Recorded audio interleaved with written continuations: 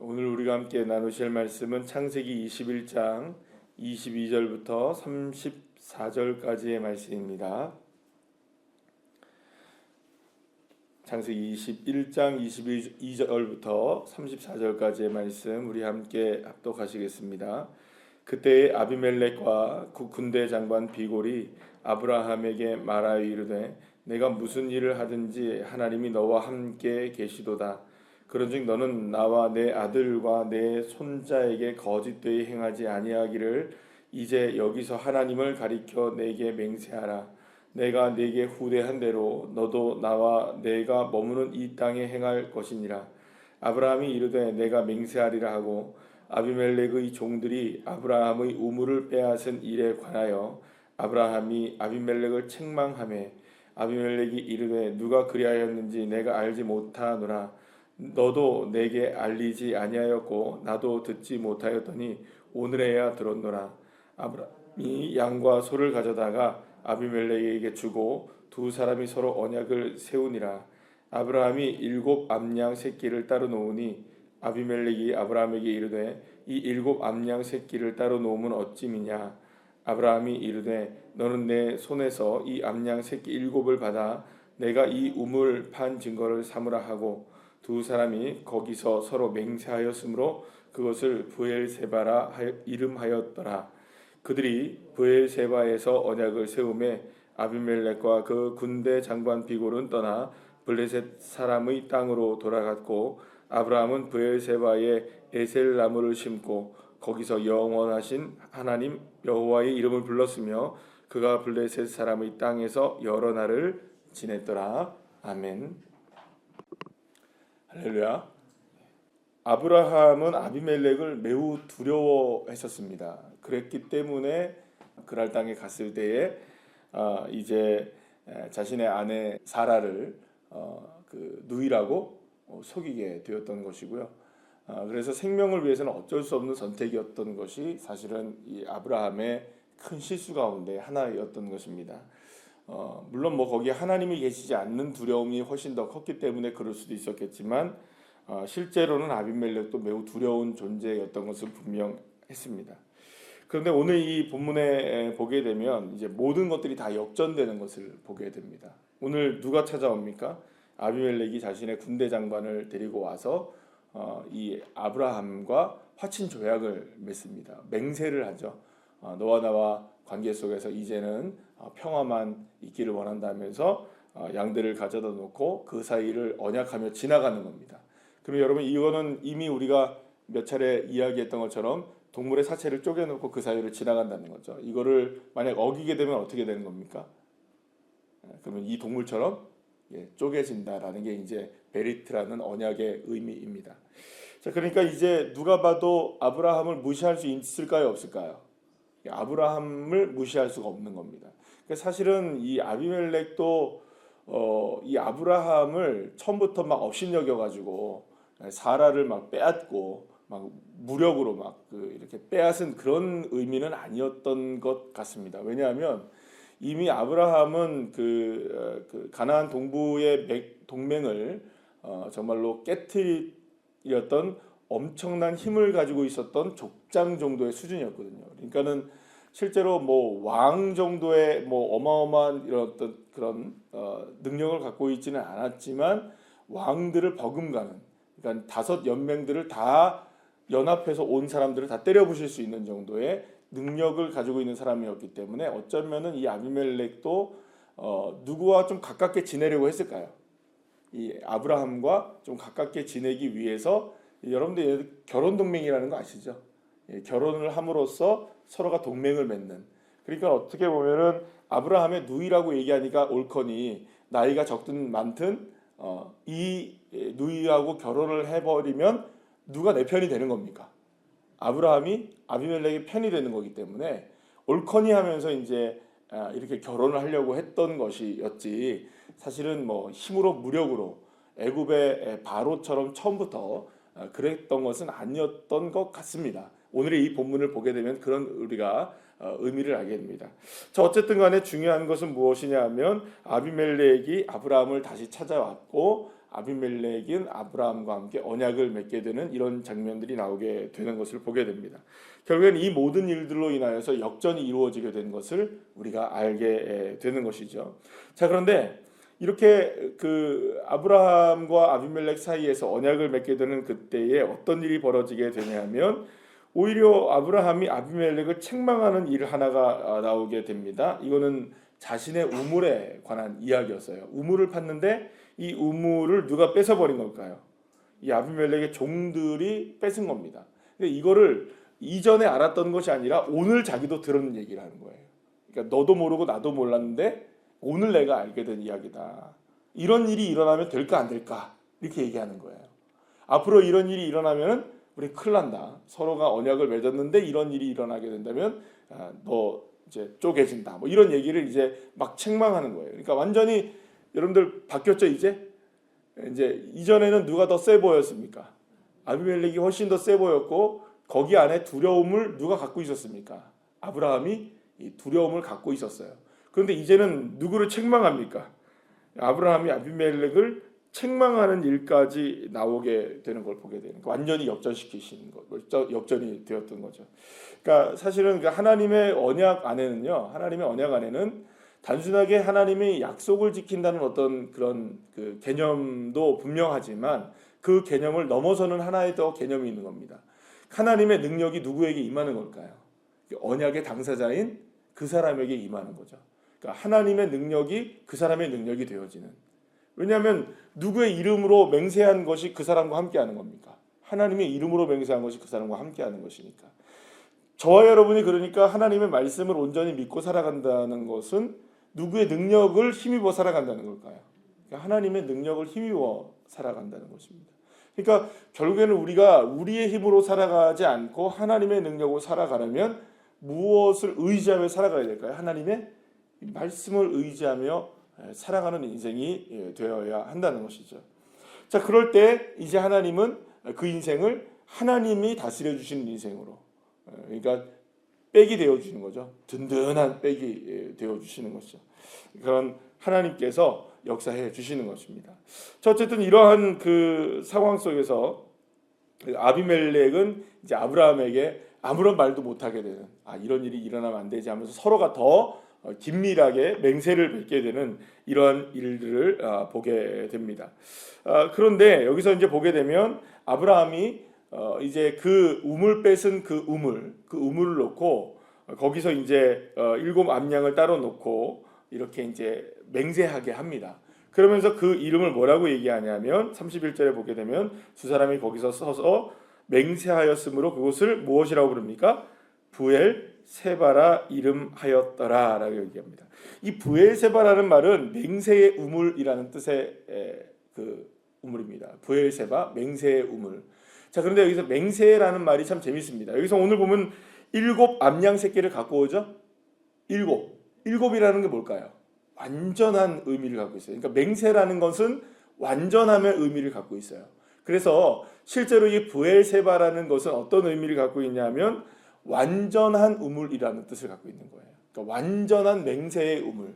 그러면 여기서 부엘세바라고 얘기했을 때 여기서 어떤 의미를 갖고 있냐면 이 아브라함에게서는 믿음의 고백이 된 겁니다. 그냥 단순하게 아비멜렉과 그 자기 사이에서의 맹세를 한 우물이라는 의미가 아니라 부엘세바라는 의미는 뭐냐면 하나님은 정말 틀림없으셨고 하나님은 완벽하셨고 하나님은 완전하셨다라는 것을 자신이 믿음으로 고백하는 우물이 되었던 겁니다. 그러니까 우물 하나를 통하여서 이 우물을 생각해 보세요. 우물을 자기가 팠죠. 아브라함이 팠죠.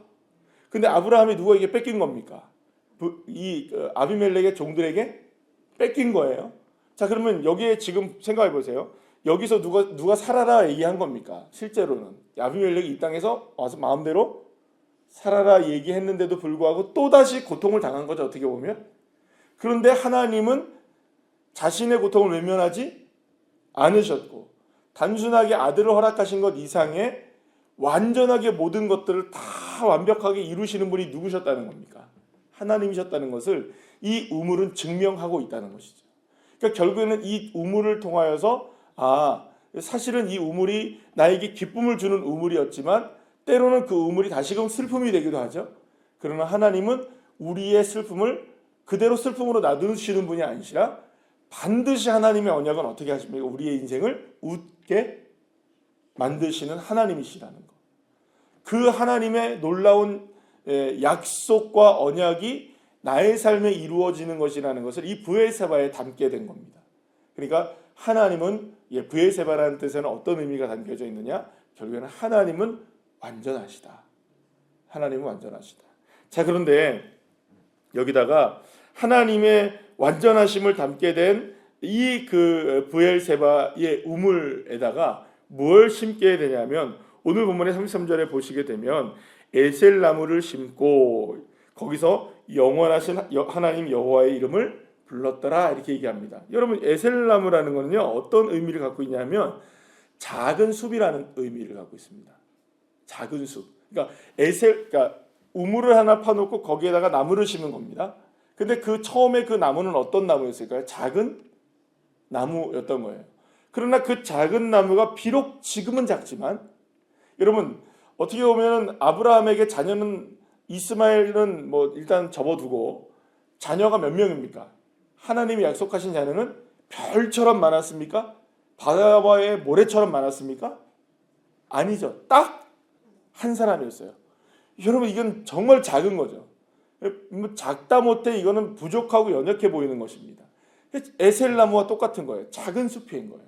그러나 여러분 그 작은 숲 하나 나무 하나를 심어놓고 뭐라고 얘기하느냐? 그래도 그걸 숲이라고 얘기하는 거예요. 여러분 나무 한 그루를 숲이라고 이야기할 수는 있을까요? 없을까요? 없죠. 아니 누가 나무 하나를 가지고 이걸 숲이라고 얘기하겠어요. 그러나 아브라함의 눈에는요 하나님은 이 작은 나무 하나를 무엇으로 만들어내시는 분이시다. 숲으로 만들어내시는 분이시다. 언젠간 하나님께서 풍성한 숲을 이루게 하시는 그 하나님이 되어주실 것이라는 것을 분명하게 믿음으로 고백하고 있는 겁니다. 그래서 이 브엘세바의 에셀나무는요 놀라운 의미를 담고 있는 거예요. 하나님은 완전하시다. 그런 의미를 담고 있는데 여기서 또 고백을 하는 거예요. 그래서 뭐라고 고백합니까? 영원하신 하나님의 이름을 불렀더라. 하나님 영원하십니다. 하나님 변치 않으십니다. 하나님은 틀림이 없으십니다. 하나님은 완전하십니다. 비록 내가 판 이 우물이 누군가에게 뺏긴다 할지라도 그것은 다시금 내게 돌아올 뿐만 아니라 더 강력한 하나님의 언약을 보여주는 이 놀라운 선물이 될 것이고 지금 심은 이 에셀나무 하나가 비록은 작지만 반드시 하나님의 은혜의 숲을 이루게 되는 놀라운 열매를 맺게 될 것입니다. 사랑하는 여러분, 작은 것 하나를 보면서 우리는 어떤 믿음을 갖고 있나요? 우리의 삶에서 어떤 모습들을 바라보면서 어떤 우리가 생각들을 하나요? 비록 지금은 연약해 보일지 몰라요. 지금은 부족해 보일 수도 있습니다. 지금은 우리의 마음에 들지 않을 수도 있겠죠. 그러나 우리의 믿음은 어떤 믿음이어야 할까요? 브엘세바의 에셀나무의 믿음이 되어야 되는 겁니다. 하나님 완전하십니다. 비록 지금은 보이지 않아도 느낄 수 없어도 미약해도 하나님의 은혜 가운데 반드시 언젠가는 순금되게 하시는 하나님, 틀림이 없으신 그 하나님. 결국에는 하나님을 향한 믿음의 진보를 누가 보여주게 되냐면 아브라함이 보여주게 되는 거예요. 이 자체 하나만으로도 이제는 아브라함을 흔들 수 있는 게 있을까요? 없을까요? 이제는 없어요. 이게 이 에셀나무 하나, 그 브엘세바의 에셀나무 하나를 심는 걸 통하여서 이미 아브라함의 믿음은 거의 완성 단계에 이르게 되는 거죠. 그리고 이제 무슨 사건이 남습니까? 너무나 여러분들이 잘 아시는 이삭을 바치는 장면이 이제 나오는 거예요. 여러분 그러니까 어떻게 보면 아브라함의 인생 가운데 가장 클라이막스는 사실은 어떤 사건을 통해서 본다면 어떤 사건이 가장 인생의 클라이막스일까요? 이 아브라함이 이삭을 바치는 장면이지만 여러분들 하나님이 이렇게 얘기하면 어떨까요? 아무에게나 이삭 바치라고 하지 않습니다. 여러분 너무 걱정하지 마세요. 너무 걱정이 많으셔가지고 하나님이 나한테 이삭 바치라면 어떡하지? 고민하시고 걱정하시는 분이 계시는데 주님도 다 눈이 있고 그러니까 바치라고 할 사람한테 바치라고 하시지. 예. 그래서 여러분들 너무 안심하라는 말이 아닙니다. 나는 하나님이 나를 바치라고 안 하겠구나. 그 얘기를 드리는 게 아니고요. 고민을 너무 하셔요. 예. 여러분들 어떻게 보면 이렇습니다. 우리가 스스로 착각하지 말아야 되겠죠. 우리의 믿음. 대단한 것 같아 보여도 여러분들 솔직히 한번 생각해 보면 브엘세바의 에셀람은 못 심습니다. 우리가. 여러분 우리가 생각할 때 브엘세바라고 고백하는 것이 쉬울 것 같습니까? 거기에 에셀람으로 신고 하나님 숲입니다. 이야기하는 게 쉬울 것 같습니까? 이런 인생의 역전이 일어나고 이러한 믿음의 고백을 하기까지 아브라함이 겪어왔던 수많은 믿음의 세월들이 여러분 주마등처럼 아마 지나갔을 거예요. 아브라함에게는. 그 믿음이 되어졌을 때 하나님이 아브라함에게 누구를 바치라고 얘기하시는 거예요. 이스마엘 바치라고 이삭을 바치라고 얘기하는 거예요.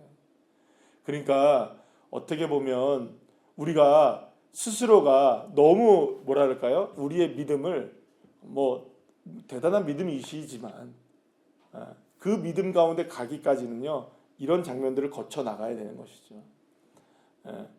그래서 어떻게 보면 오늘 우리에게 중요한 거는 다른 것이 아닙니다.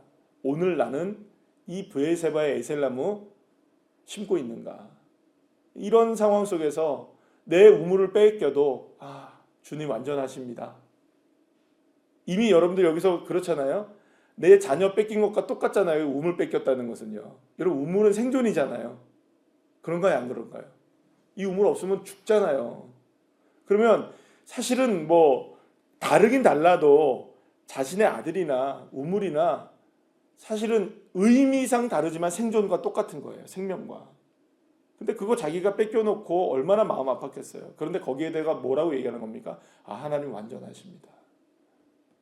이미 어떻게 보면 아브라함은요 모리아산에서 자신의 아들 이삭을 드렸던 그 믿음의 통과가 여기서 딱 나타나는 거예요. 이미 거의 믿음의 완성 단계에 이른 거죠. 그리고 나서 보게 되면 여러분들 이 아브라함의 인생이 여기서 더 이상 나옵니까 안 나옵니까? 그 이삭을 바치는 장면 이후로 이제는 누구에게로 중심축이 움직이게 되죠?